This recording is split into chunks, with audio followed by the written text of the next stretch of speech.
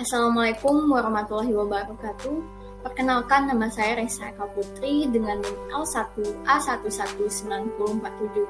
Saya dari kelas F002 atau B, Program Studi Kehutanan, Fakultas Pertanian, Universitas Jambi. Dalam video kali ini, saya akan menjelaskan tentang analisis keputusan manajemen hutan yang diampu dosen Dr. Ahyahudin, STP, MP. Yang dimana dalam analisis keputusan manajemen hutan bertujuan untuk memahami dasar pengambilan keputusan manajemen hutan. Yang mana yang pertama terdapat kerangka kerja untuk membuat keputusan. Dalam kerangka kerja untuk membuat keputusan terdapat peran pokok bagi seorang manajer hutan adalah yang mana membuat keputusan memilih berbagai rangkaian alternatif kegiatan. Namun dalam memilih berbagai rangkaian alternatif kegiatan dan membuat keputusan terdapat prasyarat untuk memilih manajer tersebut. Harus memilih yang dimana manajer tersebut harus memiliki persepsi bahwa setiap situasi dan isu membutuhkan suatu keputusan, yang dimana situasi suatu masalah dapat bersifat jelas dan dapat juga bersifat masalah tersebut dapat bersifat tidak jelas atau tidak kentara. Jadi pemahaman oleh manajer hutan atas masalah-masalah penting tersebut akan menyebabkan pengolahan hutan yang efektif. Untuk mendetailnya suatu masalah dibutuhkan kualifikasi dan artikulasi terhadap tujuan dan pemilik lahan hutan dan faktor-faktor pembatas terhadap aktivitas manajer hutan.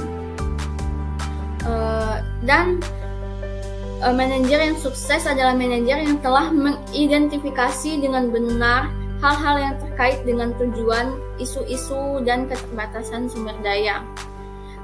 Dalam menyelesaikan masalah dan tujuan masalah-masalah yang relevan dan tujuan-tujuan isu keterbatasan sumber daya dan memberikan alternatif solusi yang dapat dikerjakan dan menguntungkan. Itu adalah hal yang dapat dilakukan seorang manajer hutan. Lalu yang kedua terdapat pernyataan masalah dan penulisan persamaan. Dalam pernyataan masalah dan penulisan persamaan yang mana terdapat penjelasan bahwa pernyataan masalah adalah suatu set pernyataan verbal yang dapat menggambarkan suatu hubungan timbal balik suatu masalah, yang dimana terdapat contohnya pernyataan verbal yang menggambarkan bahwa reboisasi. Yang pertama, ketersediaan anggaran sebesar 500.000 dolar setiap tahun untuk melakukan penanaman secara manual menggunakan mesin atau melalui udara pada areal bekas tembangan. Yang kedua, biaya rata-rata untuk menyiapkan lahan dan persemaian untuk penanaman secara manual sebesar 306 dolar per ekre menggunakan mesin sebesar 310 dolar per ekre dengan areal seedling sebesar 245 dolar per ekre.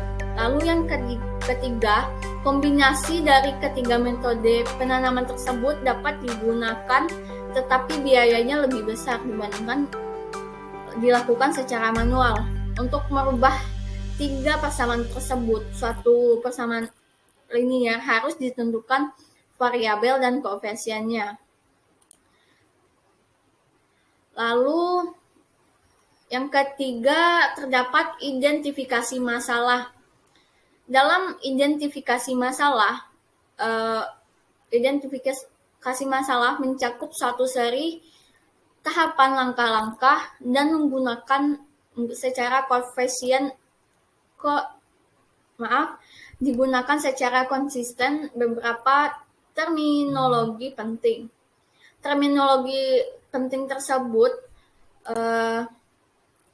terminologi penting tersebut adalah decision market, problem goals, criteria, activities, decision variable, problem solution, objective, function, constraint, resolution constraint, discussion market goals constraint, policy dan